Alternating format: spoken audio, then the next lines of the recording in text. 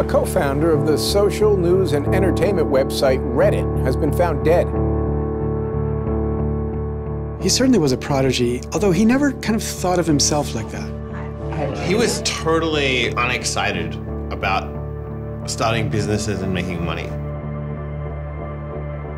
There's a profound sense of loss tonight in Highland Park, Aaron Swartz' hometown, as loved ones say goodbye to one of the internet's brightest lights. Open access and computer activists are mourning his loss. An astonishing intellect. You talk to people who knew him. He was killed by the government, and MIT betrayed all of its basic principles. They wanted to make an example out of him, okay? Governments have an insatiable desire to control. He was potentially facing 35 years in prison and a $1 million fine. Raising questions of prosecutorial zeal, and I would say even misconduct. Have you looked into that particular matter and reached any conclusions? Growing up, I slowly had this process of realizing that all the things around me that people had told me were just the natural way things were, the way things always would be, they weren't natural at all. They were things that could be changed, and they were things that, more importantly, were wrong and should change. And once I realized that, there was really kind of no going back.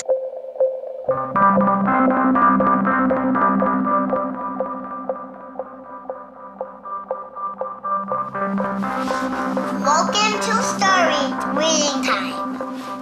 The name of the book is Paddington at the Fair. Well, he was born in Highland Park and grew up here. Aaron came from a family of 3 brothers, all extraordinarily bright.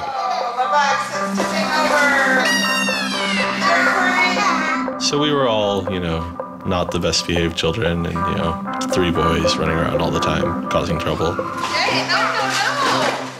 Aaron, what? But I've come to the realization Aaron learned how to learn at a very young age. 1, 2, 3, 4, 5, 6, 7, 8, 9, 10. Knock, knock. Who's there? Aaron. Aaron who? Aaron, funny man. He knew what he wanted, and he always wanted to do it. He always accomplished what he wanted. His curiosity was endless. Here's a little picture of what's a planet sign. And each planet has a symbol.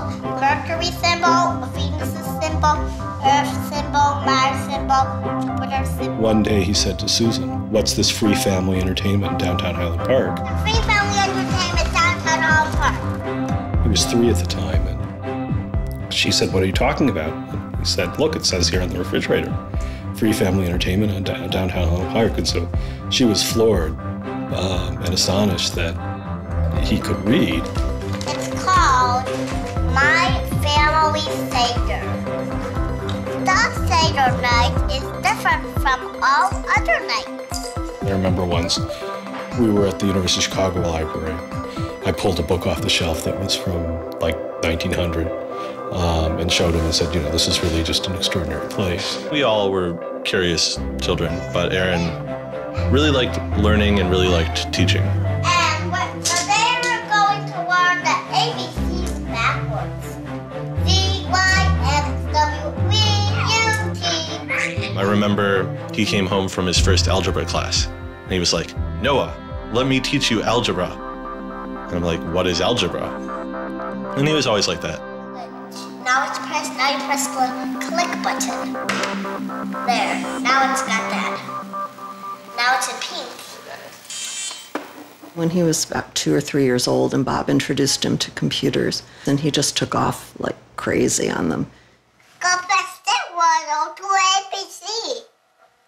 We all had computers, but Aaron really took to them, really took to the internet. Working at the computer? Mommy, why is nothing working? He started programming from a really young age. I remember the first program that I wrote with him was in BASIC, and it was a Star Wars trivia game. He sat down with me in the basement where the computer was for hours programming this game. The problem that I kept having with him is there was nothing that I wanted done. And to him, there was always something to do, always something that programming could solve. The way Aaron always saw it, is that programming is magic, right? You can accomplish these things that normal humans can't.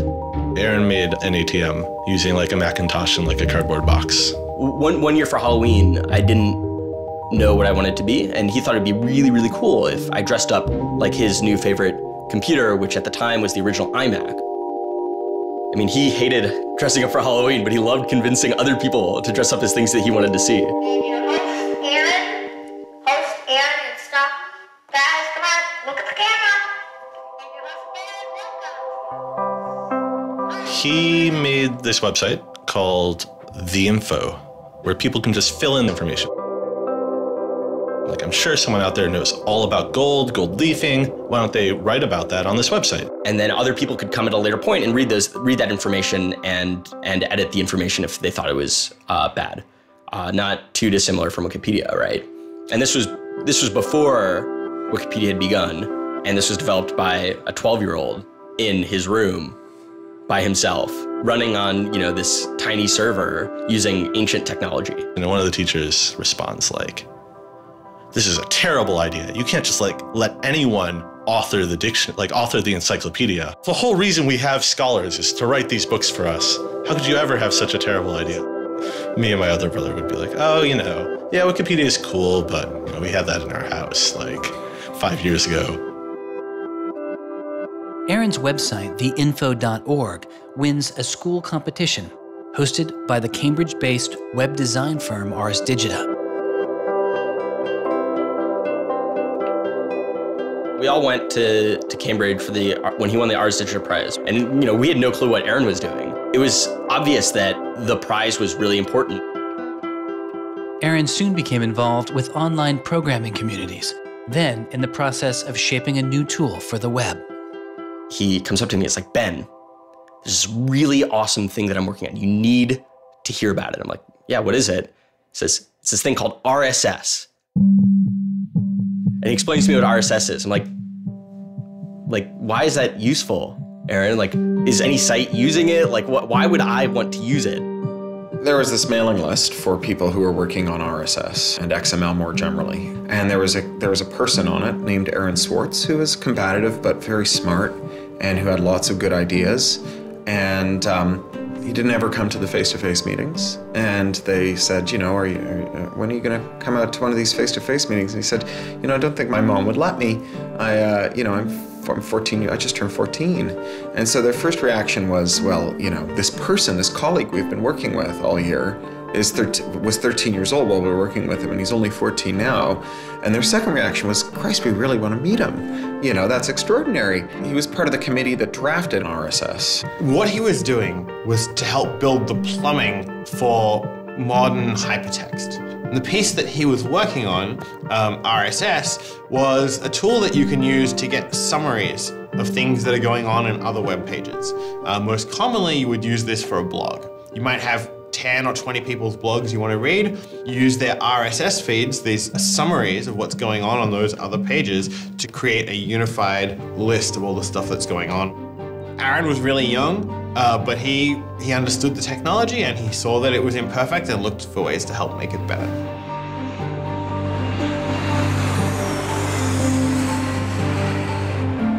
So his mom started bundling him on planes in Chicago. We'd pick him up in San Francisco.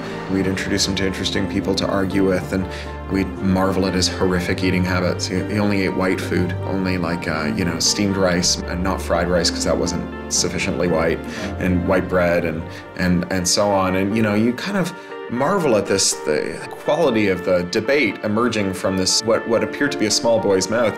And you think, you know, this is a kid who's really going to go somewhere if he doesn't die of scurvy. Aaron, you're up. I think the difference is that now you can't make companies like Doc was saying. You can't have companies that just, you know, let's sell dog food over the internet, let's sell dog food over cell phones. But there's still a lot of innovation going on. I think if you don't see the innovation, maybe your head is in the sand. He takes on this alpha nerd personality where he's sort of like, I'm smarter than you, and because I'm smarter than you, I'm better than you, and I can tell you what to do. It's an extension of like him being kind of like a twerp. So you aggregate all these computers together and now they're solving big problems like searching for aliens and trying to cure cancer. First met him on IRC, on Internet Relay Chat. He didn't just write code. He also sort of got people excited about solving problems. He was a connector. The free culture movement has had a lot of his energy. I think Aaron was trying to make the world work. He was trying to fix it. He had a very kind of strong personality that definitely ruffled feathers at times. It wasn't necessarily the case that he was always comfortable in the world and the world wasn't always comfortable with him. Aaron got into high school and was really just sick of school. He didn't like it. He didn't like any of the classes that were being taught. He didn't like the teachers. Aaron really knew how to get information. He was like, I don't need to go to this teacher to learn how to do geometry. I can just read the geometry book, and I don't need to go to the teacher to learn their version of American history.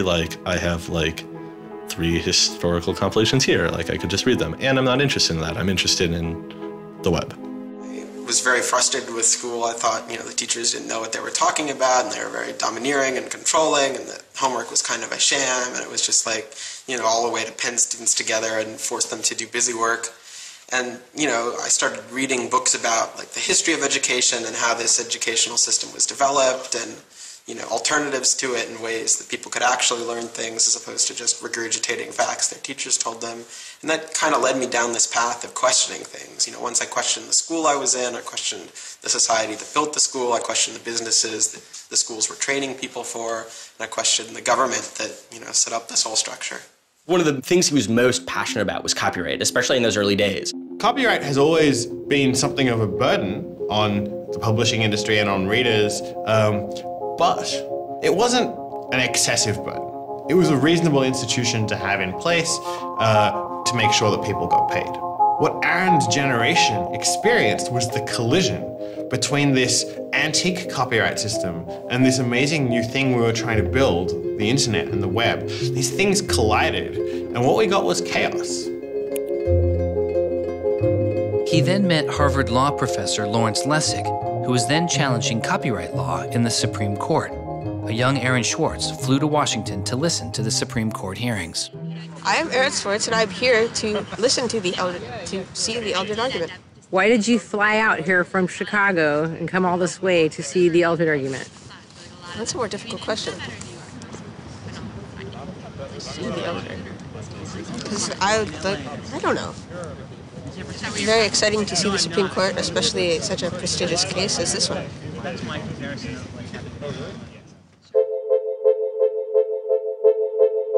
Lessig was also moving forward with a new way to define copyright on the internet. It was called Creative Commons. So the simple idea of Creative Commons is to give people, creators, a simple way to mark their creativity with the freedoms they intended to carry. So if copyright is all about all rights reserved, then this is a kind of some rights reserved model. It's I want a simple way to say to you, here's what you can do with my work, even if there are other things which you need to get my permission before you could do. And Aaron's role was the computer part. How do you architect the licenses so they would be simple and understandable and expressed in a way that machines could process it? And people are like, why do you have this, 15-year-old kid writing the specifications for the Creative Commons? Don't you think that's a huge mistake? And Larry's like, the biggest mistake we would have is not listening to this kid. He's not even tall enough to get over the podium, and it wasn't these movable podiums, so it was this embarrassing thing where once he put his screen up, nobody could see his face. When you come to our website here, and you go to choose license, it gives you this list of options, it explains what it means, and you fill out 3 simple questions. Do you want to require attribution? Do you want to allow commercial uses of your work? Do you want to allow modifications of your work? I was floored, just completely flabbergasted that these adults regarded him as an adult. And Aaron stood up there in front of a whole audience full of people and just started talking about the platform that he'd created for Creative Commons. And they were all listening to him. I was sitting at the back thinking, he's just a kid. Why are they listening to him? But they did.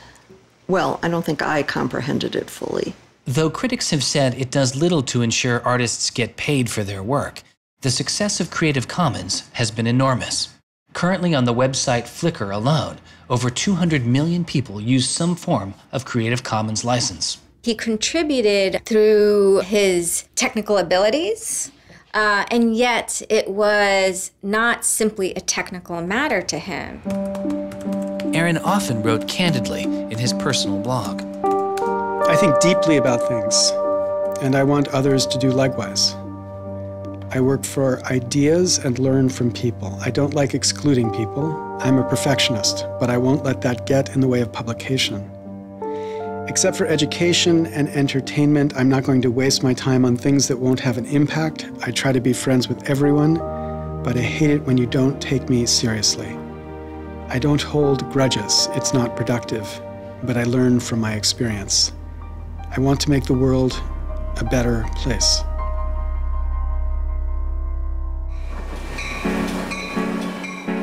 In 2004, Swartz leaves Highland Park and enrolls in Stanford University.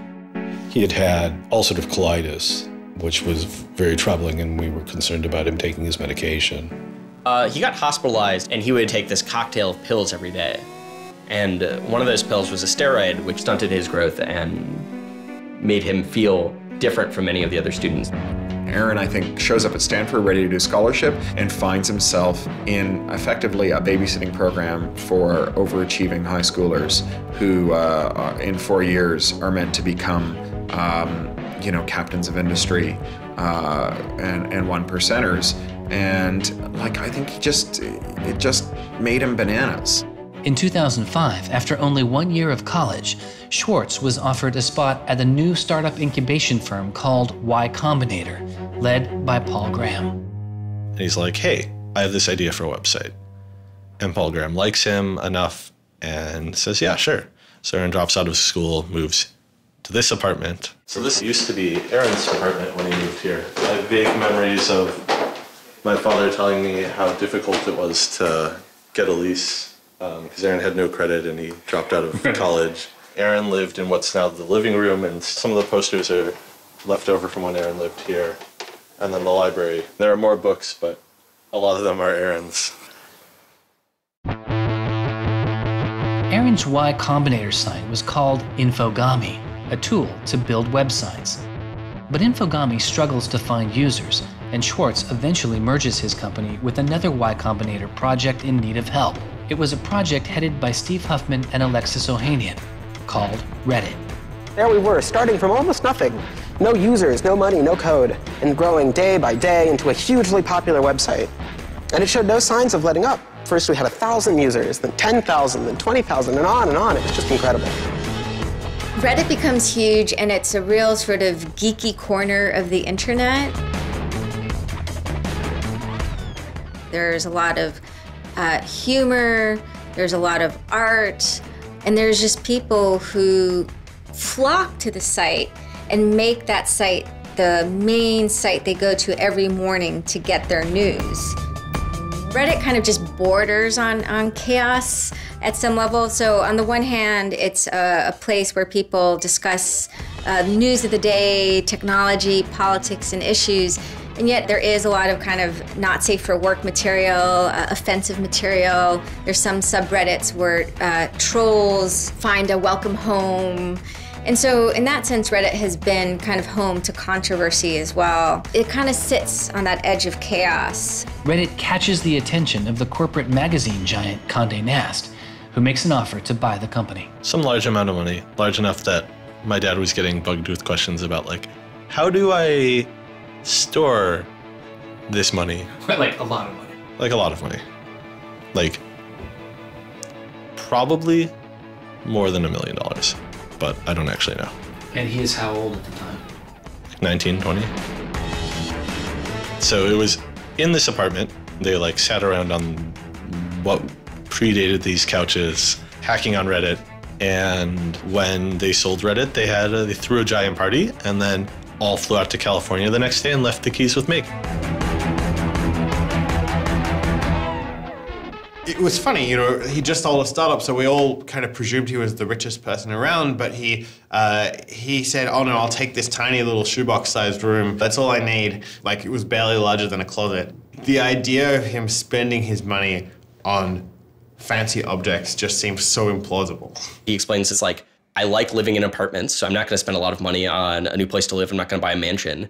And I like wearing jeans and a t-shirt, so I'm not going to spend any more money on clothes. So like, it's, you know, really no big deal. What is a big deal to Swartz is how traffic flows on the internet and what commands our attention. In the old system of broadcasting, you were fundamentally limited by the amount of space in the airwaves. You know, you could only send out 10 channels over the airwaves of television, right? Or even with cable, you had 500 channels. On the internet, everybody can have a channel. Everyone can get a blog or a MySpace page. Everyone has a way of expressing themselves. And so what you see now is not a question of who gets access to the airwaves. It's a question of who gets control over the ways you find people. You know, you start seeing power centralizing in sites like Google, these sort of gatekeepers that tell you where on the internet you want to go, the people who provide you your sources of news and information. So it's not, you know, only certain people have a license to speak. Now everyone has a license to speak. It's a question of who gets heard. After he started working in San Francisco at Condé Nast, he comes into the office and they want to give him a computer with all this crap installed on it and say that he can't install any new things on his computer, which to a developer is outrageous, right? From the first day, he was complaining about all this stuff. Gray walls, gray desks, gray noise. The first day I showed up here, I simply couldn't take it. By lunchtime, I had literally locked myself in a bathroom stall and started crying. I can't imagine staying sane with someone buzzing in my ear all day, let alone getting any actual work done. Nobody else seems to get work done here either. Everybody's always coming into our room to hang out and chat or invite us to play the new video game system that Wired is testing. He really had different aspirations that were politically oriented. And Silicon Valley just doesn't really quite have that culture that orients technical activity for the purposes of political goals. Aaron hated working for a corporation. They all hate working for Condé Nast, but Aaron is like the only one who's not going to take it. And Aaron basically gets himself fired by not showing up to work ever. It was said to be a messy breakup. Both Alexis Ohanian and Steve Huffman declined to be interviewed for this film. He rejected the business world. One of the really important things to remember about that choice when Aaron decided to kind of leave startup culture is that he was also leaving behind the things that had made him, you know, famous and well-loved, and, you know, he was at risk of letting down fans. He got to where he was supposed to be going and had the self-awareness and the orneriness to realize that he had climbed the mountain of shit to pluck the single rose and discovered that he'd lost his sense of smell. And rather than sit there and insist that it wasn't as bad as it seemed, and he did get the rose in any event, he climbed back down again, which is pretty cool. The way Aaron always saw it is that programming is magic, right? You can accomplish these things that normal humans can't by being able to program. So if you had magical powers, would you use them for good or to make you mountains of cash? Swartz was inspired by one of the visionaries he had met as a child, the man who had invented the World Wide Web, Tim Berners-Lee.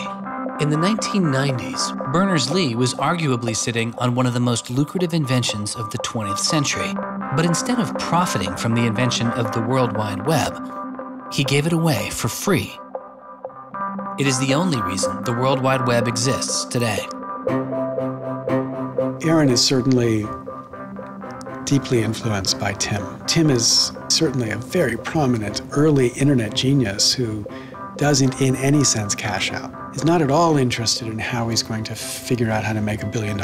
People would have seen, there's money to be made there. So there would have been lots of little webs instead of one big one.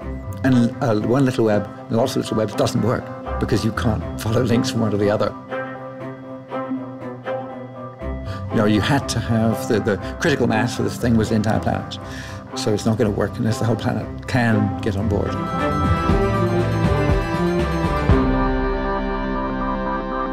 I mean, I feel very strongly that it's not enough to just live in the world as it is, to just kind of take what you're given and, follow the things that adults told you to do and that, your parents told you to do and that society tells you to do. I think you should always be questioning. I take this very scientific attitude that everything you've learned is just provisional, that, you know, it's always open to recantation or refutation or questioning. And I think the same applies to society. Once I realized that there were real serious problems, fundamental problems that I could do something to address, I didn't see a way to forget that. I didn't see a way not to. We just started spending a lot of time just kind of as friends. We would just talk for hours into the night. I definitely should have understood that he was flirting with me. I think to some degree I was like, this is a terrible idea and impossible, and therefore I will pretend it is not happening.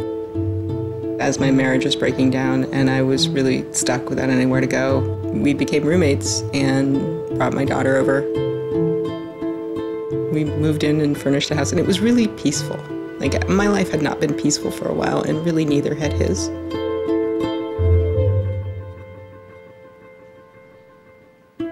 We were extremely close from the beginning of our romantic relationship. We were in constant contact, but we're both really difficult people to deal with. In a very Ally McBeal discussion, he confessed he had a theme song, and I made him play it for me. It was Extraordinary Machine by Fiona Apple. I think it was just that sense of kind of being a little bit embattled that the song has. And it also had like this hopefulness to it. By foot it's a slow climb, but I'm good at being uncomfortable, so I can't stop changing all the time. Because in many ways, Aaron was tremendously optimistic about life. Even when he didn't feel it, he could be tremendously optimistic about life. Extraordinary machine. What are you doing? Flickr has video now.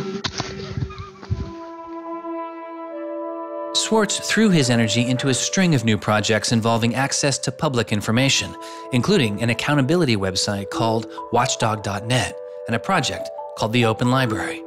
So the Open Library project is a website that you can visit at openlibrary.org. And the idea is to be a huge wiki, an editable website with one page per book. So for every book ever published, we want to have a web page about it that combines all the information from publishers, from booksellers, from libraries, from readers onto one site, and then gives you links where you can buy it, you can borrow it, or you can browse it. I love libraries. You know, I'm the kind of person who goes to a new city and immediately seeks out the library. So that's the dream of Open Library, is building this website where both you can leap from book to book, from person to author, from subject to idea, go through this vast tree of knowledge that's been embedded and lost in big physical libraries that's hard to find, that's not very well accessible online, is really important because books are a cultural legacy. You know, books are the place people go to write things down, and to have all that swallowed up by one corporation is kind of scary. How can you bring public access to the public domain? It may sound obvious that you'd have public access to the public domain, but in fact, it's not true. So the public domain should be free to all, but it's often locked up. There's often, you know, guard cages. It's like having a national park, but with a moat around it and gun turrets pointed out in case somebody might want to actually come and enjoy the public domain.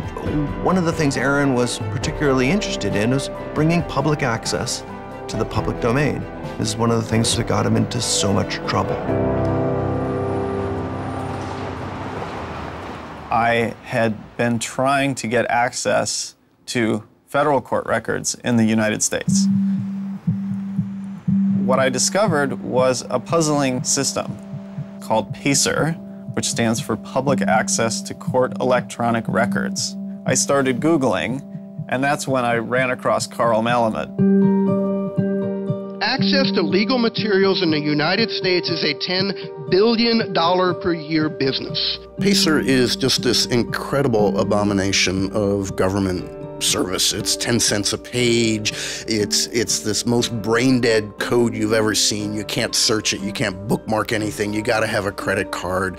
And these are public records. It's you know, U.S. district courts are very important. It's where a lot of our seminal litigation starts, civil rights cases, patent cases, all sorts of stuff. And journalists and students and citizens and lawyers all need access to PACER, and it fights them every step of the way. People without means can't see the law as readily as people that have that gold American Express card. It's a poll tax on access to justice. The law is the operating system of our democracy, and you have to pay to see it. That's not much of a democracy. They make about $120 million a year on the PACER system, and it doesn't cost anything near that, according to their own records. In fact, it's illegal. The E-Government Act of 2002 states that the courts may charge only to the extent necessary in order to reimburse the costs of running PACER.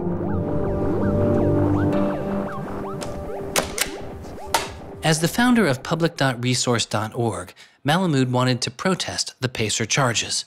He started a program called the PACER Recycling Project, where people could upload PACER documents they had already paid for to a free database so others could use them. The PACER people were getting a lot of flack from Congress and others about public access. And so they put together this system. In 17 libraries across the country, there was free PACER access. That's one library every 22,000 square miles, I believe. So it wasn't like really convenient. I encouraged volunteers to join the so-called thumb drive corps and download docs from the public access libraries, upload them to the PACER recycling site. People take a thumb drive into one of these libraries and they download a bunch of documents and they send them to me. And nothing, it was just a joke. In fact, when you clicked on Thumb Drive Core, there was a Wizard of Oz, the Munchkins singing, so a little video clip came up. We represent the Lollipop Guild. But of course, I get this phone call from Steve Schultz and Aaron saying, gee, we'd like to join the Thumb Drive Core. Around that time, I ran into Aaron at a conference. This is something that really has to be a collaboration between a lot of different people. So I approached him and I said, hey, I'm thinking about an intervention on the PACER problem. Schultz had already developed a program that could automatically download PACER documents from the trial libraries. Swartz wanted to take a look. So I showed him the code. And I didn't know what would come next, but as it turns out, over the course of the next few hours at that conference, he was off sitting in a corner, improving my code, recruiting a friend of his that lived near one of these libraries to go into the library and to begin to test his improved code, at which point the folks at the courts realized something's not going quite according to plan. And data started to come in and come in and come in, and soon there were 760 gigabytes of PACER docs, about 20 million pages.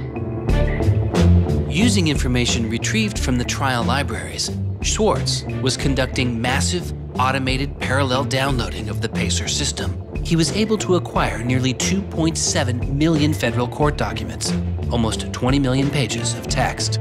Now, I'll grant you that 20 million pages had perhaps exceeded the expectations of the people running the pilot access project, but surprising a bureaucrat isn't illegal. Aaron and Carl decided to go talk to the New York Times about what happened. They also caught the attention of the FBI, who began to stake out Schwartz's parents' house in Illinois. But I get a tweet from his mother saying, call me. It's like, oh my God, what the hell's going on here? And so I finally got a hold of Aaron, and Aaron's mother was like, oh my God, FBI, FBI, FBI. An FBI agent drives down our home's driveway trying to see if Aaron is in his room. And I remember being home that day and wondering why this car was driving down our driveway and just driving back out. I was like, that's weird. 5 years later, I read this FBI file and I'm like, oh my goodness. That was the FBI agent in my driveway. He was terrified. He was totally terrified. He was way more terrified after the FBI actually called him up on the phone and tried to sucker him into coming down to a coffee shop without a lawyer. He said he went home and laid down on the bed and was shaking. The downloading also uncovered massive privacy violations in the court documents. Ultimately, the courts were forced to change their policies as a result. And the FBI closed their investigation without bringing charges. To this day, I find it remarkable that anybody, even at the most remote podunk field office of the FBI, thought that a fitting use for taxpayer dollars was investigating people for criminal theft on the grounds that they had made the law public. How can you call yourself a lawman and think that there can possibly be anything wrong in this whole world with making the law public? Aaron was willing to put himself at risk for the causes that he believed in. Bothered by wealth disparity, Swartz moves beyond technology and into a broader range of political causes. I went into Congress and I invited him to come and hang out and intern for us for a while so that he could learn, the political process. He was sort of learning about a new community, a new set of skills, and kind of learning to hack politics. It seems ridiculous that miners should have to hammer away until their whole bodies are dripping with sweat, faced with the knowledge that if they dare to stop, they won't be able to put food on the table that night, while I get to make larger and larger amounts of money each day just by sitting and watching TV. But apparently the world is ridiculous. So I co-founded a group called the Progressive Change Campaign Committee, and what we try and do is we try and organize people over the internet who care about progressive politics and moving the country in a more progressive direction to kind of come together, join our email list, join our campaigns, and help get progressive candidates elected all across the country. The group is responsible for igniting the grassroots effort behind the campaign to elect Elizabeth Warren to the Senate. He might have thought it was a dumb system, but he came in and he said, I need to learn this system because it can be manipulated like any social system. But his passion for knowledge in libraries didn't take a back seat. Aaron began to take a closer look at institutions that publish academic journal articles. By virtue of being students at a major U.S. university, I assume that you have access to a wide variety of scholarly journals. Pretty much every major university in the United States pays these sort of licensing fees to organizations like JSTOR and Thomson and ISI to get access to scholarly journals that the rest of the world can't read. These scholarly journals and articles are essentially the entire wealth of human knowledge online, and many have been paid for with taxpayer money or with government grants. But to read them, you often have to pay again, handing over steep fees to publishers like Reed Elsevier. These licensing fees are so substantial that people who are studying in India instead of studying in the United States don't have this kind of access. They're locked out from all of these journals. They're locked out from our entire scientific legacy. I mean, a lot of these journal articles, they go back to the Enlightenment. Every time someone has written down a scientific paper, it's been scanned and digitized and put in these collections. That is a legacy that has been brought to us by the history of people doing interesting work, the history of scientists. It's a legacy that should belong to us as a commons, as a people, but instead it's been locked up and put online by a handful of for-profit corporations who then try and get the maximum profit they can out of it. So a researcher paid by the university or the people publishes a paper, and in the very, very last step of that process, after all the work is done, after all the original research is done, the thinking, the lab work, the analysis, after everything is done at that last stage, then the researcher has to hand over his or her copyright to this multi-billion-dollar company. And it's sick. It's an entire economy built on volunteer labor. And then the publishers sit at the very top and scrape off the cream. Talk about a scam. One publisher in Britain made a profit of $3 billion last year. I mean, what a racket. JSTOR is just a very, very small player in that story, but for some reason, JSTOR is the player that Aaron decided to confront.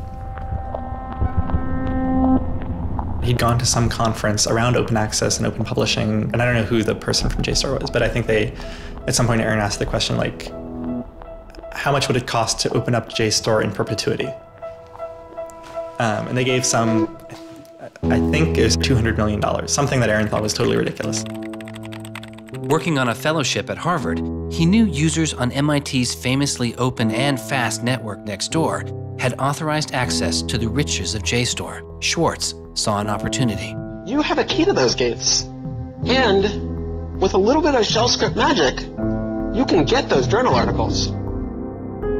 On September 24th, 2010, Swartz registered a newly purchased Acer laptop on the MIT network under the name Gary Host. The client name was registered as Ghost Laptop.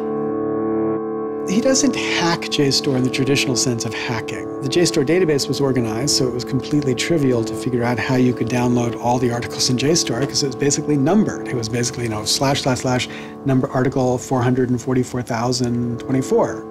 Then 25, then 26. He wrote a Python script called keepgrabbing.py, which was like keep grabbing one article after another.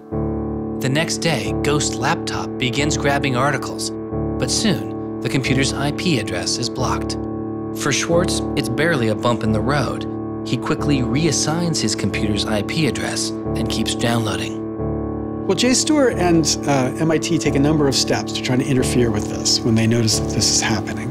And when the more modest steps don't work, then at a certain stage, JSTOR just cuts off MIT from having access to the JSTOR database. So there's this kind of cat and mouse game around getting access to the JSTOR database. Aaron ultimately, obviously, is the cat because he has more technical capability than the JSTOR database people do in defending them. And eventually, there was an unlocked supply closet in the basement of one of the buildings. And he went, instead of going through Wi-Fi, he went down there and he just plugged his computer directly into the network and just left it there with an external hard drive downloading these articles to the computer. Unknown to Swartz, his laptop and hard drive had been found by authorities. They didn't stop the downloads. Instead, they installed a surveillance camera. They found the computer in this room in the basement of an MIT building. They could have unplugged it. They could have waited for the guy to come back and said, dude, what are you doing? Cut it out. Who are you? And they could have done all that kind of stuff, but they didn't. What they wanted to do was film it to gather evidence to make a case. That's the only reason you film something like that.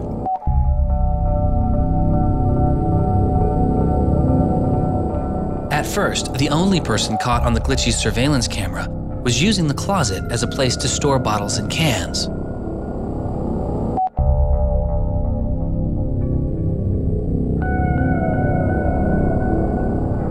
But days later, it caught Swartz.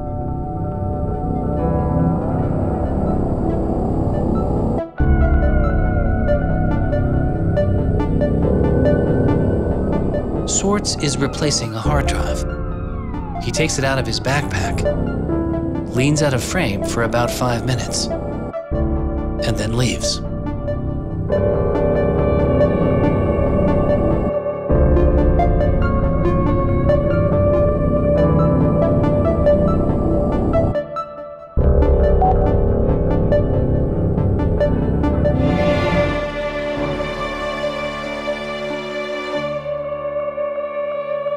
And then they organized a stakeout where as he was biking home from MIT, these cops came out from either side of the road or something like that and started going after him. He describes that he was pressed down and assaulted by the police. He tells me that it's unclear that they were police that were after him. He thought that someone was trying to attack him. He does tell me they beat him up. I was just devastated. The notion of any kind of criminal prosecution of anyone in our family or anything was so foreign and incomprehensible, I didn't know what to do. Well, they execute search warrants at Aaron's house, his apartment in Cambridge, and his office at Harvard.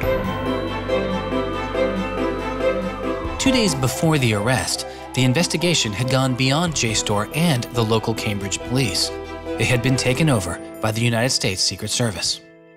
The Secret Service began investigating computer and credit card fraud in 1984, but 6 weeks after the attack on 9/11, their role expanded. President Bush used the Patriot Act to establish a network of what they called electronic crimes task forces. The bill before me takes account of the new realities and dangers posed by modern terrorists. According to the Secret Service, they are primarily engaged in activity with economic impact, organized criminal groups, or use of schemes involving new technology. The Secret Service turned Swartz's case over to the Boston U.S. Attorney's Office. There was a guy in the U.S. Attorney's Office who had the title head of the Computer Crimes Division or Task Force. I don't know what else he had going, but you're certainly not much of a computer crimes prosecutor without a computer crime to prosecute. So he jumped on it, kept it for himself, didn't assign it to someone else within the office or the unit, and that's Steve Hyman. Prosecutor Stephen Hyman has been largely out of public view since the arrest of Aaron Swartz, but he can be seen here in an episode of the television show American Greed, filmed around the time of Aaron's arrest. He is describing his previous case against the notorious hacker Alberto Gonzalez, a case that garnered Hyman enormous press attention and accolades. Gonzalez masterminded the theft of over 100 million credit card and ATM numbers, the largest such fraud in history. Here, Hyman, describing Gonzalez, gives his view on the hacker mindset. These guys are driven by a lot of the same things that we're driven by. They have an ego, they like challenge, and of course they like money and everything you can get from money. One of the suspects implicated in the Gonzalez case was a young hacker named Jonathan James. Believing Gonzalez's crimes would be pinned on him, James committed suicide during the investigation. In an early press release describing the government's position in the case of Aaron Swartz, Hyman's boss, U.S. Attorney for the District of Massachusetts Carmen Ortiz, said this: "Stealing is stealing, whether you use a computer command or a crowbar, and whether you take documents, data, or dollars." It's not true. It's obviously not true. I'm not saying it's harmless, and I'm not saying that we shouldn't criminalize stealing of information, but you've got to be much more subtle in trying to figure out exactly which kinds of harms are harmful here. So the thing about a crowbar is every time I break into a place with a crowbar, I do damage. There's no doubt about it. But when Aaron writes a script that says download, download, download 100 times in a second, there's no obvious damage to anybody. If he does that for the purpose of gathering an archive to do academic research on it, there is never any damage to anybody. He wasn't stealing, he wasn't selling what he got or giving it away. He was making a point, as far as I could tell. The arrest took its toll on Swartz. He just wouldn't talk about it. And he's like very stressed. If you thought like the FBI was like going to come to your doorstep any day, anytime you went down the hall, even to do your laundry, and they would break into your apartment because you left the door unlocked, like, I'd be pretty stressed. And it was clear. And so Aaron was always sort of like in like a dour mood.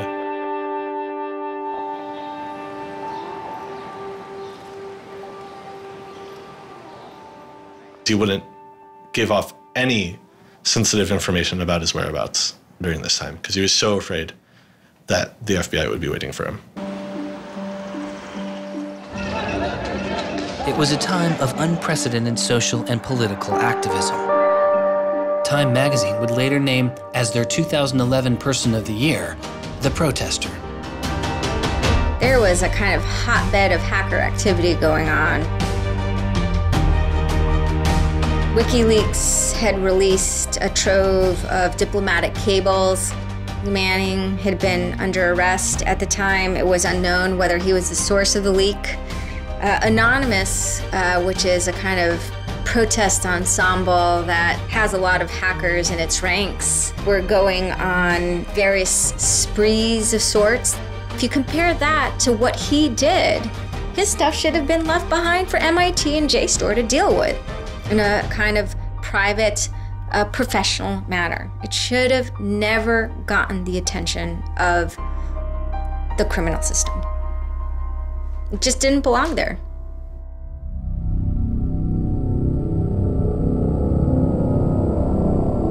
Before he was indicted, Swartz was offered a plea deal that involved 3 months in prison, time in a halfway house, and a year of home detention, all without the use of a computer. It was on the condition that Swartz plead guilty to a felony. Here we are.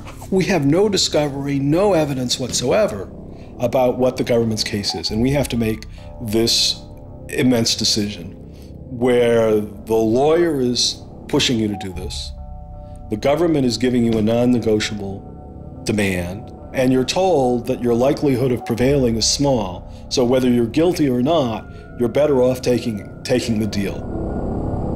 Boston has its own computer crimes division with lots of lawyers, probably more lawyers than they need. So, you know, you can imagine all sorts of cases where it'd be really hard to prosecute because you've got some criminals in Russia, or you've got some people inside of a corporation that are going to have $500 lawyers or $700 an hour lawyers sitting down against you. And then you've got this case with this kid, which is pretty easy to prove that he did something, and he's already marked himself as a troublemaker with the FBI, so why not go as tough as you can in here against that guy? It's good for you, the prosecutor, it's good for the Republic because you're fighting all those terrorist types. I was so scared. I was so scared of having my computer seized. I was so scared of going to jail because of my computer being seized. I had confidential material from sources from my previous work on my laptop. And that is above all my priority, is to keep my sources safe. I was so scared of what was going to happen to Ada. Aaron told me that they'd offered him a deal, and he finally just said that he would take it if I told him to. And I came real close to saying take it.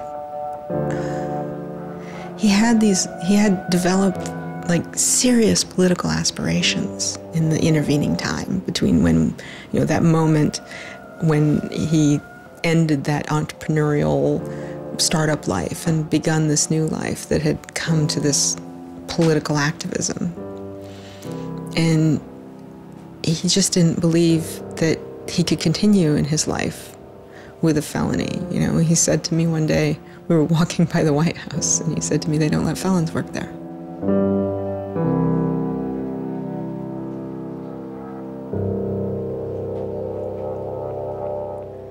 And he really wanted that to be his life. He hadn't killed anybody. He hadn't hurt anybody. He hadn't stolen money. He hadn't done anything that seemed felony worthy, right? And there is this idea that there's no reason that he should be labeled a felon and taken away his right to vote in many states for doing what he did. That's just outrageous. It makes sense for him to be, maybe fined a bunch of money or, asked not to come back to MIT again. But to be a felon, to face jail time. Swartz turned down the plea deal. Hyman redoubled his efforts. Hyman continued to press us at all levels. Even with the physical evidence seized from Aaron's Acer computer, hard drive, and USB drive, the prosecutors needed evidence of his motives. Why was Aaron Swartz downloading articles from JSTOR, and just what did he plan to do with them?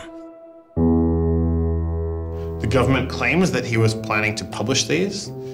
We don't really know whether that was his real intention, because Aaron also had a history of doing projects where he'd analyze giant data sets of articles in order to learn interesting things about them.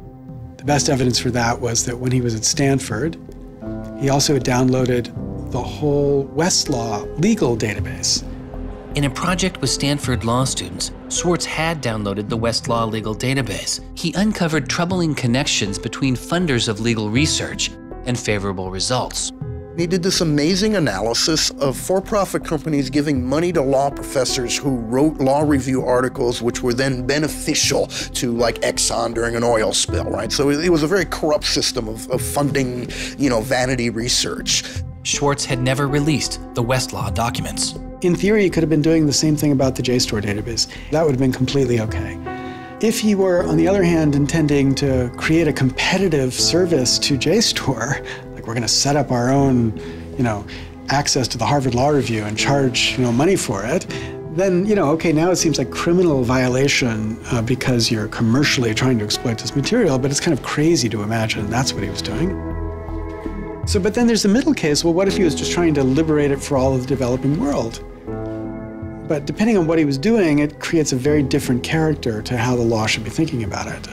The government was prosecuting him as if this was like a commercial criminal violation, like stealing a whole bunch of credit card records. It was that kind of crime. I don't know what he was going to do with that database, but I heard from a friend of his that Aaron had told him he was going to analyze the data for evidence of corporate funding of climate change research that led to biased results. And I totally believe that. I was just told that Steve wanted to talk to me. And I thought, maybe this is a way I could get out of this. Just exit the situation. And I didn't want to live in fear of having my computer seized.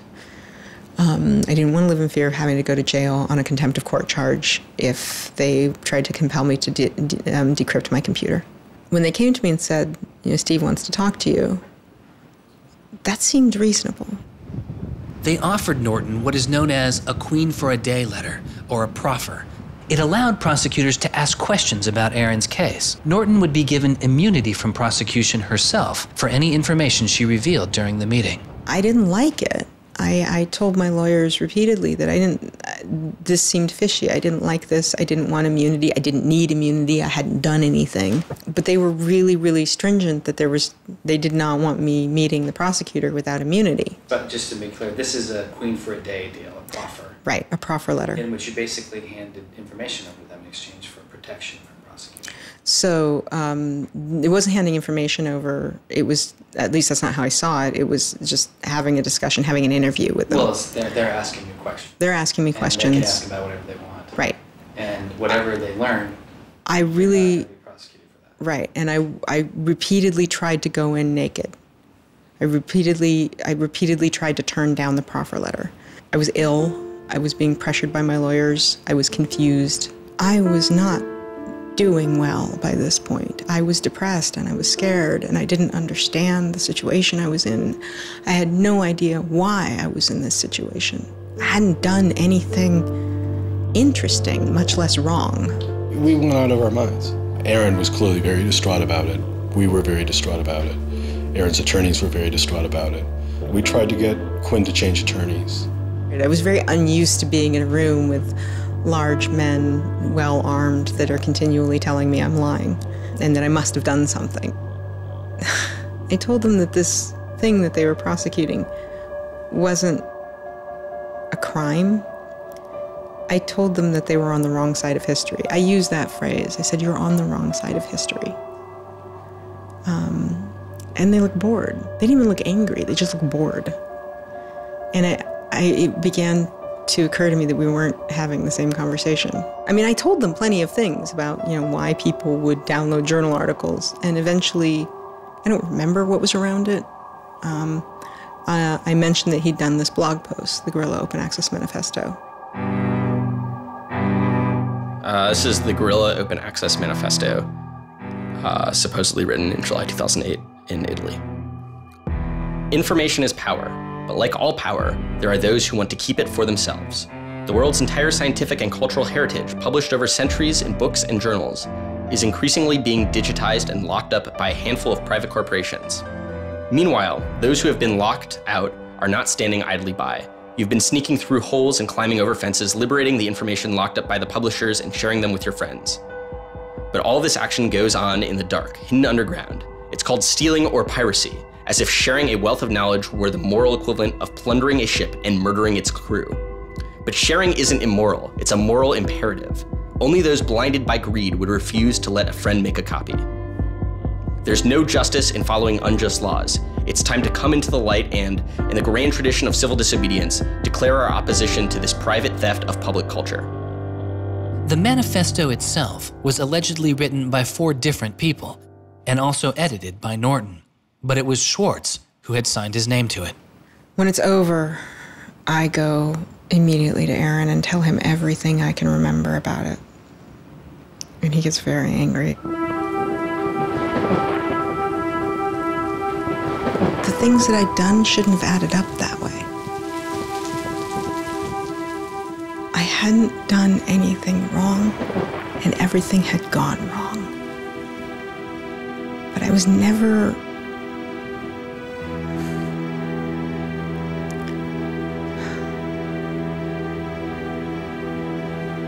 I'm still angry.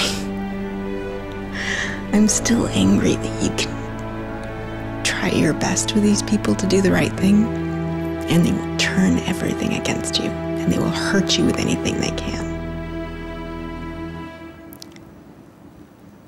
And in that moment, I regret that I said what I did. But my much larger regret is that we have settled for this. That we are okay with this. That we are okay with a justice system that tries to game people into little traps so they can ruin their lives.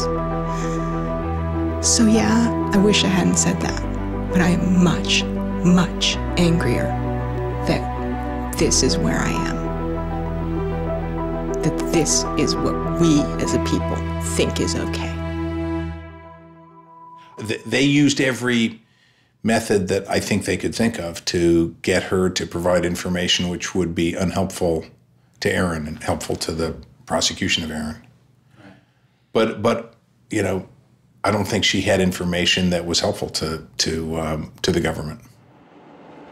Months go by as Swartz's friends and family await a looming indictment. In the meantime, Swartz was becoming a go-to expert on a series of internet issues. To you then, do you think that the internet is something that should be considered a human right and something that the government cannot take away from you? Yes, definitely. I mean, this notion that national security is an excuse to shut down the internet, that's exactly what we heard in Egypt and Syria and all these other countries. And so, yeah, it's true. Sites like WikiLeaks are going to be putting up some embarrassing material about what the U.S. government does, and people are going to be organizing to protest about it and try and change their government. You know, and that's a good thing. That's what all these First Amendment rights of free expression, of freedom of association are all about. And so the notion that we should try and shut those down, I think, just goes against very basic American principles. The principle, I think, is one that our founding fathers would have understood. If the internet had been around back then, instead of putting post offices in the Constitution, they would have put ISPs. Well, it's definitely interesting to see how... Swartz meets activist Taryn Steinbrickner Kaufman, and the two begin to date. We need a massive global public outcry. If there's no massive global public outcry, it won't create any change. You know, 4 people in this city should cause a massive global public outcry. You know, we need a petition signer. Without telling her specifics, he warned her he was involved in something he called simply the bad thing. And I had sort of crazy theories, like that he was having an affair with Elizabeth Warren or something. I speculated both Hillary Clinton and Elizabeth Warren, actually. But so sometime in probably late July, Aaron called me, and I happened to pick up, and he said, you know, the bad thing might be in the news tomorrow. Do you want me to tell you, or do you want to read about it in the news? And I said, well, I want you to tell me. And he said, well, I've been arrested for downloading too many academic journal articles, and they want to make an example out of me. And I was like, that's it? That's the big fuss? Really? Like, this doesn't sound like a very big deal. On July 14th, 2011, federal prosecutors indict Swartz on 4 felony counts. He gets indicted on the same day that like 2 people in England who are part of LulzSec get arrested, and like a few other real hackers. And Aaron is just like someone who kind of looks like a hacker, enough that they can like, you know, put his head on a stake and like put it on the gates. Aaron went to surrender, and they arrested him. They then strip searched him, took away his shoelaces, took away his belt, and left him in solitary confinement. The District of Massachusetts United States Attorney's Office released a statement saying Swartz faces up to 35 years in prison, to be followed by 3 years of supervised release, restitution, forfeiture, and a fine of up to $1 million. He is released on $100,000 bail. The same day, the primary victim in the case, JSTOR, formally drops all charges against Swartz and declines to pursue the case. JSTOR, they weren't our friends, they weren't helpful or friendly to us, but they also were just kind of like, we're not part of this. JSTOR and their parent company, Ithaca, also sidestepped requests to talk with this film. But at the time, they released a statement saying it was the government's decision whether to prosecute, not JSTOR's. And so it's our belief that with that, the case will be over. That we should be able to get Steve Hyman to drop the case or settle it in some rational way. And the government refused. Why? Well, because I think they wanted to make an example out of Aaron. And they said they wanted to, the reason why they wouldn't move on requiring a felony conviction and jail time was that they wanted to use this case as a case of for deterrence. They told us that. They told you that? Yes. This was going to be an example? Yes. He was going to be made an example? Yes. Steve Hyman said that. Deterring who? Like, there's other people out there running around logging onto JSTOR and downloading the articles to make a political statement. I mean, who are they deterring? It would be easier to understand the Obama administration's posture of supposedly being for deterrence if this was an administration that, for instance, prosecuted arguably the biggest economic crime that this country has seen in the last 100 years, the crimes that were committed that led to the financial crisis on Wall Street. When you start deploying the non-controversial idea of deterrence only selectively, you stop making a dispassionate analysis of lawbreaking, and you started deciding to deploy law enforcement resources specifically on the basis of political ideology. And that's not just undemocratic, it's supposed to be un-American. Prosecutor Stephen Hyman later reportedly told MIT's outside counsel that the straw that broke the camel's back was a press release sent out by an organization Swartz founded called Demand Progress. According to the MIT account, Hyman reacted to the short statement of support, calling it a wild internet campaign and a foolish move that moved the case from a human one-on-one level to an institutional level. That was a poisonous combination. A prosecutor who didn't want to lose face, who had a political career in the offing maybe, and didn't want to have this come back and haunt them. You spent how many tax dollars arresting someone for taking too many books out of the library and they got your ass handed to you in court? No way. I then moved to try to put his pressure on MIT in various ways to get them to go to the government and request the government to stop the prosecution. What is MIT's reaction to that? There doesn't seem to be any reaction from MIT at that point.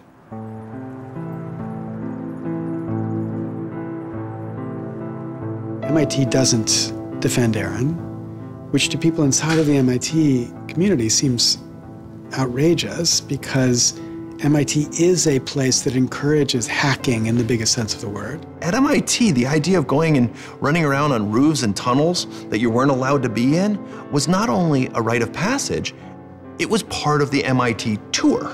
And lockpicking was a winter course at MIT.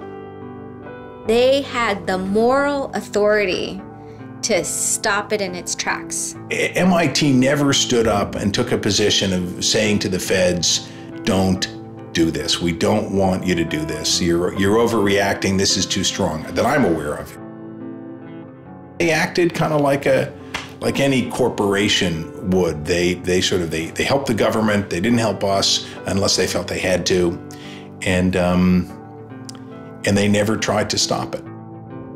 MIT declined repeated requests to comment, but they later released a report saying they attempted to maintain a position of neutrality and believed Hyman and the U.S. Attorney's Office did not care what MIT thought or said about the case.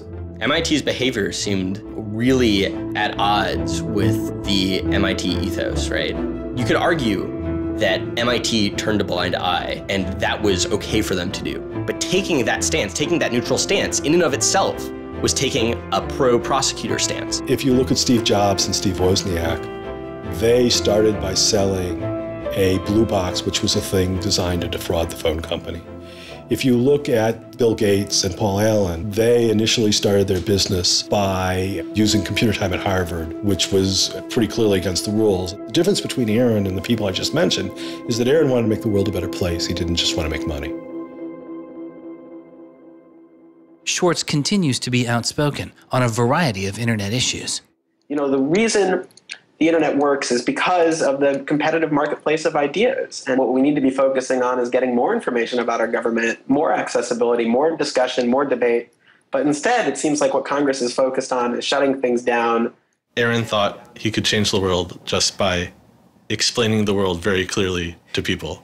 Flame can literally control your computer and make it spy on you. Welcome, Aaron. Good to have you back on the show here. You know, just like spies used to in olden days, put microphones and tap what people were saying, now they're using computers to do the same things. Schwartz's political activity continues, his attention turning to a bill moving through Congress designed to curb online piracy. It was called SOPA. Activists like Peter Eckersley saw it as an enormous overreach, threatening the technical integrity of the internet itself. And one of the first things I did was to call Aaron. I said, can we do a big online campaign against this? This isn't a bill about copyright. It's not? No, he said. It's a bill about the freedom to connect. Now I was listening. And he thought about it for a while and then said yes. And he went and founded Demand Progress. Demand Progress is an online activism organization. We've got around 1.5 million members now, but started in the fall of 2010. Aaron was one of the most prominent people in a community of people who helped lead organizing around social justice issues at the federal level in this country. SOPA was the bill that was intended to curtail online piracy of music and movies, but what it did was basically take a sledgehammer to a problem that needed a scalpel. If passed, the law would allow a company to cut off finances to entire websites without due process, or even to force Google to exclude their links. All they needed was a single claim of copyright infringement. It pitted the titans of traditional media against a new and now far more sophisticated remix culture. It makes everyone who runs a website into a policeman. And if they don't do their job of making sure nobody on their site uses it for anything that's even potentially illegal, the entire site can get shut down without even so much as a trial. This was over the top. I mean, this was a catastrophe.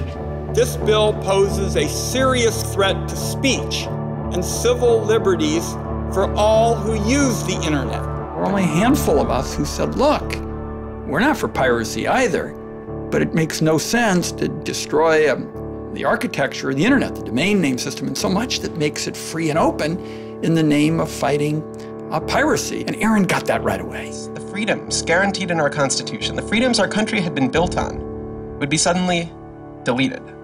New technology, instead of bringing us greater freedom, would have snuffed out fundamental rights we'd always taken for granted. And I realized that day, talking to Peter, that I couldn't let that happen. When SOPA was introduced in October 2011, it was considered inevitable. Our strategy when it first came out was to hopefully slow the bill down, maybe weaken it a little bit, but even we didn't think that we would be able to stop this bill.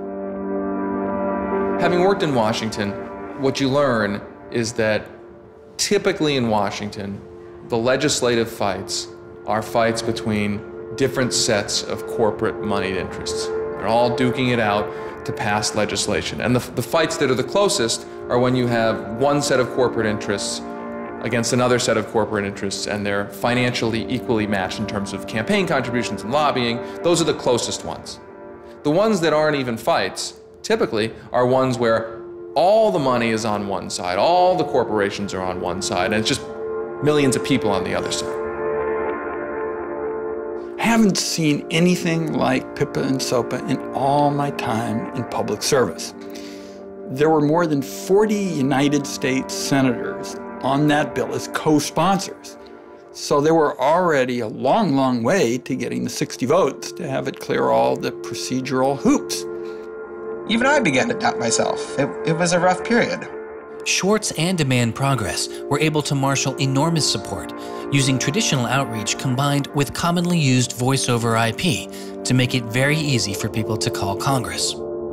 I've never met anybody else who was able to operate at his level, both on the technological side and on the campaign strategy side. Millions of people contacted Congress and signed anti-SOPA petitions. Congress was caught off guard. There was just something about watching those clueless members of Congress debate the bill, watching them insist they could regulate the internet and a bunch of nerds couldn't possibly stop them. I am not a nerd. I'm just not enough of a nerd. Maybe we ought to ask some nerds what this thing really does. Let's have a hearing, bring in the nerds. Really? Nerds? You know, I think actually the word you're looking for is experts. To enlighten you so your laws don't backfire, break the internet.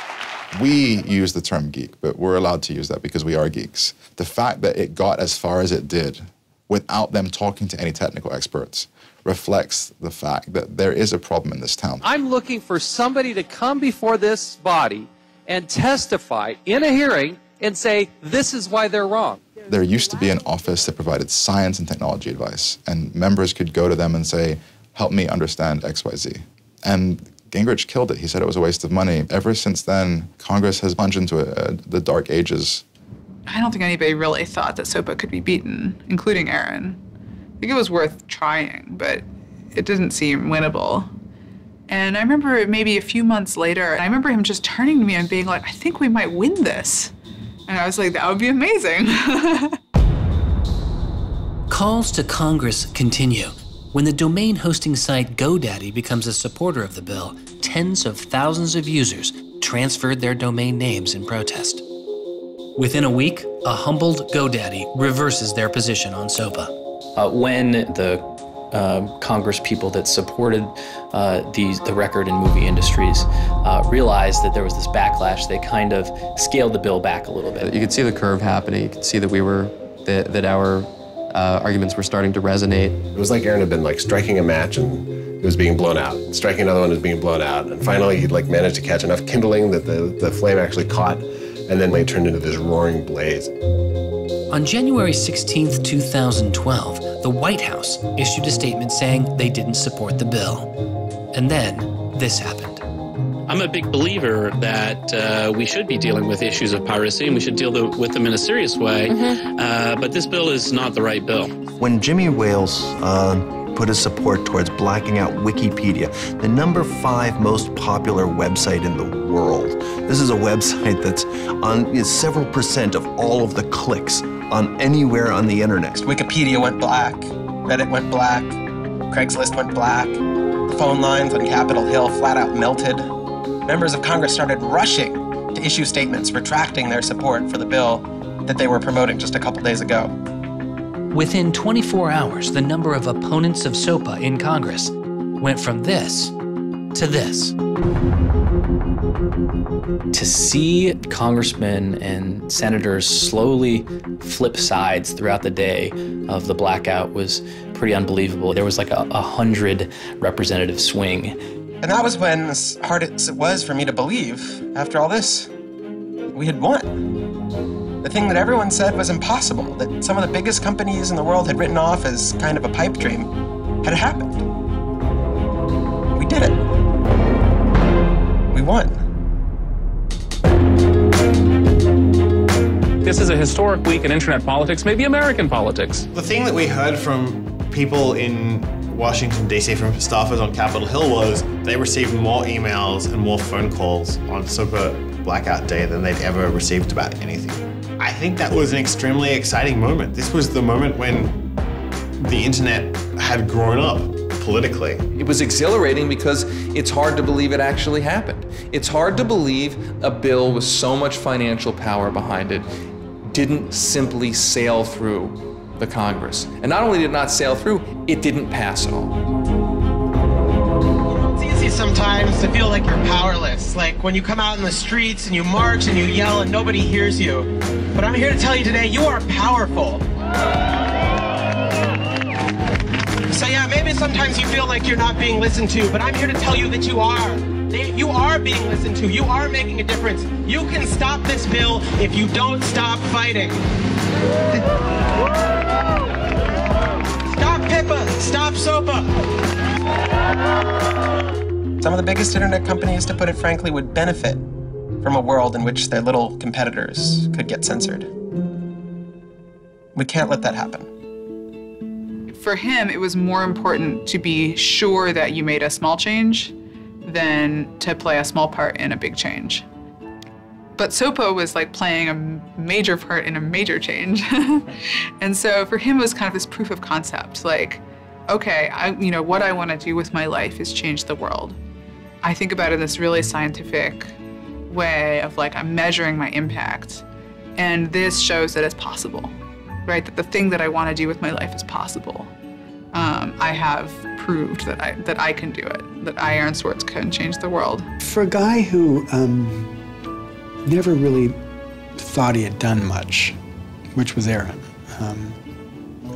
it was one of the few moments where you could really see that he felt like he had done something good. Feeling like here is his maybe one and only victory lap. Everyone said there was no way we could stop SOPA. We stopped it. This is a 3 outrageously good victories, and the year isn't even over yet. I mean, if there's a time to be positive, it's now.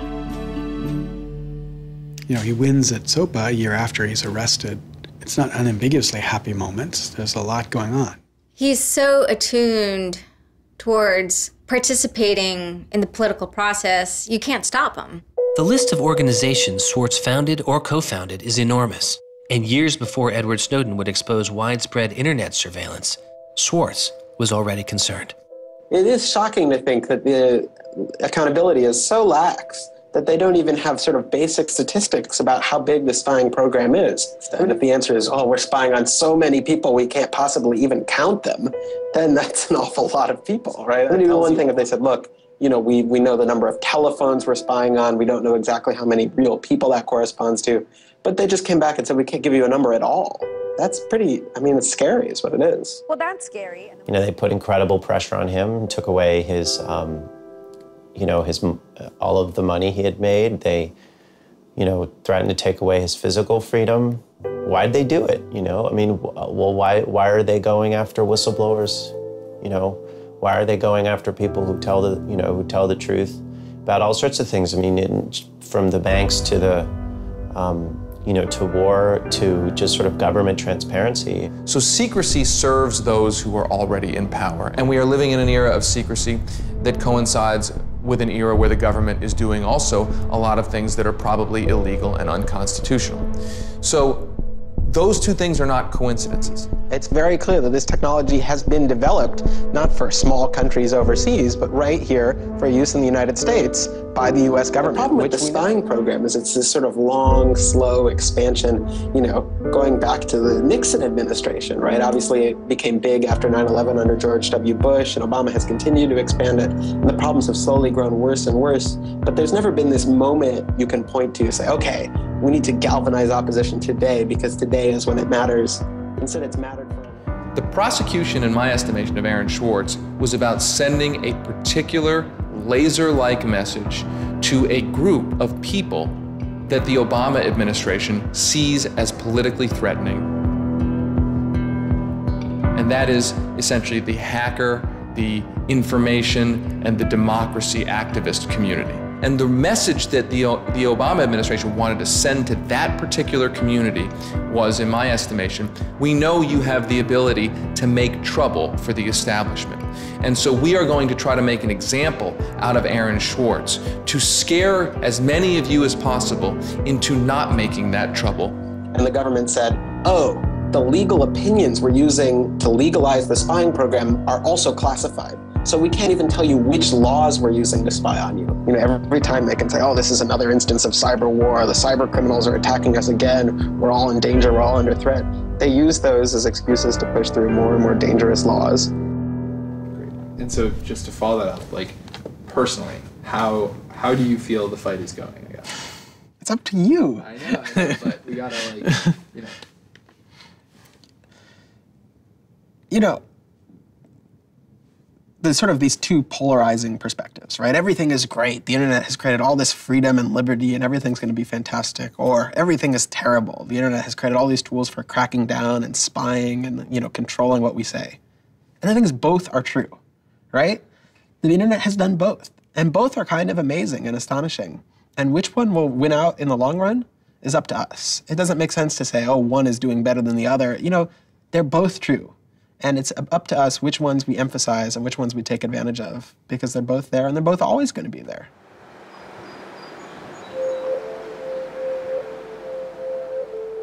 On September 12, 2012, federal prosecutors filed a superseding indictment against Swartz, adding additional counts of wire fraud, unauthorized access to a computer, and computer fraud. Now, instead of 4 felony counts, Swartz was facing 13. The prosecution's leverage had dramatically increased, as did Swartz's potential jail time and fines. They filed a separate indictment to add more charges, and they had a theory about why this conduct constituted a number of federal crimes, and that a very significant sentence could attach to it under the law. That theory, and much of the prosecution's case against Swartz, involved a law created originally in 1986. It is called the Computer Fraud and Abuse Act. The Computer Fraud and Abuse Act was inspired by the movie War Games with Matthew Broderick, which is a great movie. I have you now. In this movie, a kid gets the ability through the magic of computer networks to launch a nuclear attack. That's not actually possible, and it certainly wasn't possible in the 80s, but apparently this movie scared Congress enough to pass the original Computer Fraud and Abuse Act. This is a law that's just behind the times. For example, it penalizes terms of service kinds of arrangements. You can have something like eHarmony or Match.com, and somebody sort of inflates their own personal characteristics, and all of a sudden, depending on the jurisdiction and the prosecutors, they could be in a whole host of troubles. We all know what terms of use are. Most people don't read them, but not abiding by their terms could mean you are committing a felony. The website terms of service often say things like, be nice to each other, or don't do anything that's improper. The idea that the criminal law has anything to say about these kinds of violations, I think strikes most people as crazy. The examples get even more crazy. Until it was changed in March of 2013, the terms of use on the website of Hearst's 17 magazine said you had to be 18 in order to read it. I would say that the way the CFA has been interpreted by the Justice Department, we are probably all breaking the law. Vague and prone to misuse, the CFAA has become a one-size-fits-all hammer for a wide range of computer-related disputes. Though not the only factor in his case, 11 of the 13 charges against Swartz involved the Computer Fraud and Abuse Act. The question why hangs over much of the story of Aaron Swartz. Just what was motivating the government, and what would their case have been? The Department of Justice declined requests for answers, but Professor Oren Kerr is a former prosecutor who has studied the case. So I think I come about this case from a different direction than other people on a number of reasons. I was a federal prosecutor at the Justice Department for 3 years before I started teaching.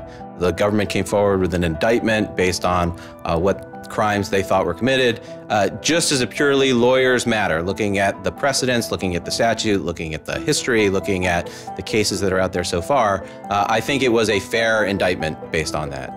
You can debate whether they should have charged this case. There's just a lot of disagreement. Some people are on the open access side, some people are not. I think the government took Swartz's Guerilla Open Access Manifesto very seriously. And I think they saw him as somebody who was committed as a moral imperative to breaking the law to overcome a law that Swartz saw as unjust. And in a democracy, if you think a law is unjust, there are ways of changing that law. There's going to Congress, as Swartz did so masterfully with SOPA. Or you can violate that law in a way to try to nullify that law. And I think what was driving the prosecution was the sense that Swartz was committed not just to breaking the law, but to really making sure that law was nullified, that everyone would have access to the database in a way that you couldn't put the toothpaste back into the tube. It would be done, and Swartz's side would win. There's a big disagreement in society as to whether that is an unjust law. And ultimately, that's a decision for the American people to make, working through Congress. And then the second problem is, I think, we're still trying to figure out what's the line between less serious offenses and more serious offenses. We're now entering this different environment of computers and computer misuse, and we don't yet have a really strong sense of exactly what these lines are. So we're just working that out. This is a poor use of prosecutorial discretion. The hammer that the Justice Department has to scare people with it just gets bigger and bigger and bigger. And so most people just, you can't roll the dice with your life like that. Should we tap somebody's phone? Should we film them? Should we turn somebody and get them to testify against these other people? That's how federal agents and prosecutors think. They build cases, they make cases. Swartz was caught in the gears of a brutal criminal justice system that could not turn back, a machine that has made America the country with the highest rate of incarceration in the world. We have in this country allowed ourselves to be captured by the politics of fear and anger, and anything we're afraid of, like the future of the internet and access, and anything we're angry about instinctively creates a criminal justice intervention. And we've used jail, prison, and punishment to resolve a whole host of problems that historically were never seen as criminal justice problems. The impulse to threaten, indict, prosecute, which is part of what has created this debate and controversy over online access and information on the internet, is very consistent with what we've seen in other areas. The one difference is that the people who are usually targeted and victimized by these kinds of criminal and carceral responses are typically poor and minority. Swartz's isolation from friends and family increased. He had basically stopped working on anything else, and the case was, in fact, like taking over sort of his whole life. One of Aaron's lawyers apparently told the prosecutors that he was emotionally vulnerable and that was something that they really needed to keep in mind so that they knew that. It was weighing on him very heavily. He did not like having his actions and his movements restricted in any way. And the threat of jail, which they pounded him with a lot, was terrifying to him. Completely exhausted his financial resources, and it cost us a lot of money also, and he raised a substantial amount of money. So it was, it was in the millions of dollars. The legal defense? Yes. Was in millions? Yes. Yeah, I think he didn't want to be a burden to people. I think that was a factor. Like, I have my normal life, and then I have this shitty thing I have to deal with. And I try to keep the two of them as separate as possible. But they were just beginning to blur together, and everything was becoming shitty. Swartz faced a tough choice that was only getting tougher. Do you admit guilt and move on with your life, or do you fight a broken system?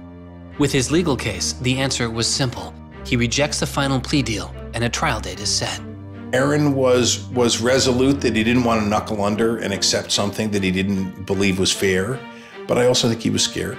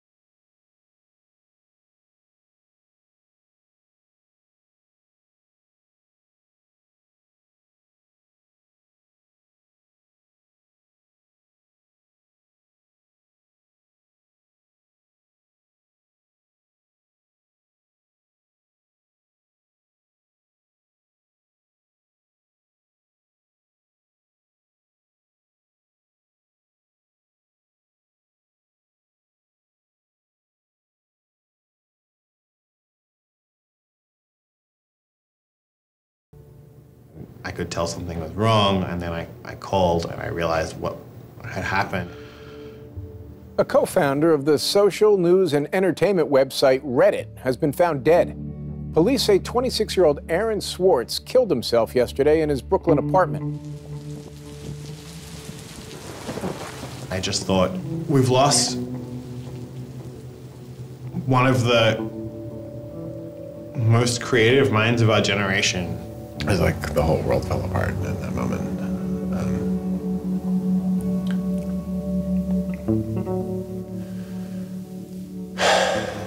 It was one of the hardest nights of my life. So I kept screaming, I can't hear you. What did you say? I can't hear you. I can't, that's it.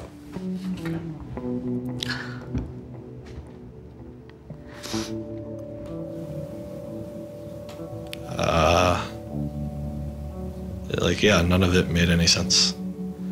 And really still doesn't. I was so frustrated, angry.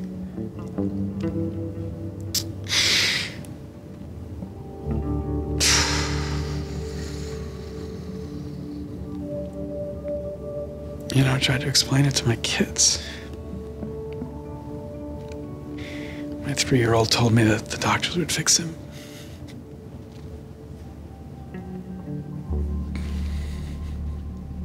I've known lots of people who've died, but I've never lost anybody like this. Because everybody feels, and I do too, there's so much we could have more to do. Like, I just didn't know he was there. I didn't know this was what he was suffering, and he was part of me. And I just wanted it to not be real. And then I just looked at his Wikipedia page and I saw the end date.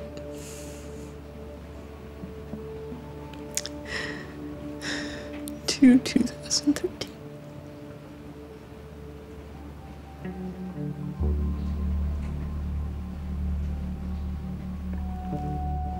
Aaron is dead. Wanderers in this crazy world, we have lost a mentor, a wise elder. Hackers for right, we're one down. We've lost one of our own. Nurturers, carers, listeners, feeders, parents, all, we have lost a child. Let us all weep.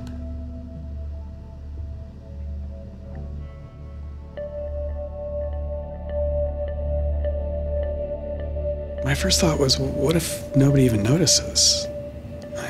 Because it wasn't clear to me how salient he was. I had never seen anything quite like the outpouring I saw. The net just lit up. I mean, everyone was trying to explain it in their own way, but I've never seen people grieve on Twitter before. People were visibly grieving online. He was the internet's own boy, and the old world killed him. We are standing in the middle of a time when great injustice is not touched. Architects of the financial meltdown have dinner with the president regularly. In the middle of that time, the idea that this was what the government had to prosecute just seems absurd if it weren't tragic. The question is, can we do something, given what's happened, to make the world a better place? And how can we further that legacy? That's the only question one can ask. All over the world, there were starting to be hackathons and gatherings. Aaron Swartz has, in some sense, brought the best out of us in trying to say, how do we fix this? He was, in my humble opinion, one of the true extraordinary revolutionaries that this country has produced. I don't know whether Aaron was defeated or victorious, but we are certainly shaped by the hand of the things that he wrestled with. When we turn armed agents of the law on citizens trying to increase access to knowledge, we've broken the rule of law, we've desecrated the temple of justice. Aaron Swartz was not a criminal. Change does not roll in on the wheels of inevitability, it comes through continuous struggle. Aaron really could do magic. And I'm dedicated to making sure that his magic doesn't end with his death. He believed that he could change the world, and he was right. Out of the last week and out of today, phoenixes are already rising.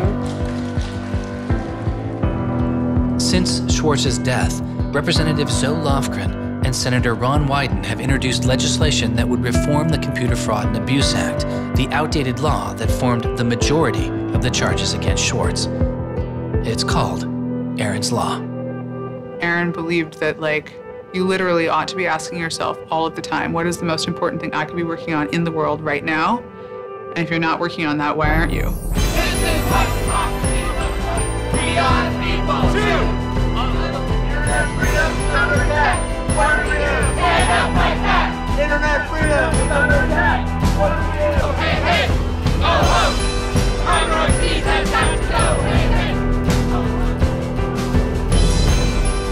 I wish we could change the past, but we cannot.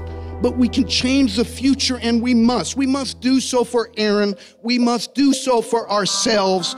We must do so to make our world a better place, a more humane place, a place where justice works and access to knowledge becomes a human right.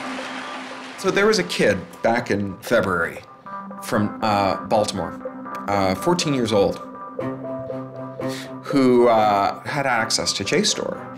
And he'd been spelunking through JSTOR after reading something. And he figured out a way to do early tests for pancreatic cancer. And pancreatic cancer kills the shit out of you because we detect it way too late. By the time we detect it, it's already too late to do anything about it. He sent emails off to the entire oncology department at Johns Hopkins, you know, hundreds of them. And every 14-year-old kid, yeah, and most of them ignored it, right? But one of them like sent him an email back and said, this is not an entirely stupid idea, why don't you come on over? And this kid worked evenings and weekends with this researcher. And in February, I heard him on the news, just a couple of weeks after Aaron died, when Aaron was in the news a lot. Sorry. And he said the reason he was on the news is because they'd done it. They were shipping an early test for pancreatic cancer that was going to save lives. And he said, this is why what Aaron did was so important. Because you never know, right? This truth of the universe is not only something that policymakers use to figure out, you know, what the speed limit should be. It's where the thing that's going to keep, you know, your kid from dying of pancreatic cancer comes from. And without access, the person who might come up with the thing that's got your number on it may never find that answer. He slept so well, he didn't fall out of bed once, not even when he dreamed he was back on the spacecraft. Very good, Aaron. Very good. Yay, Aaron. Okay. Now it's song time.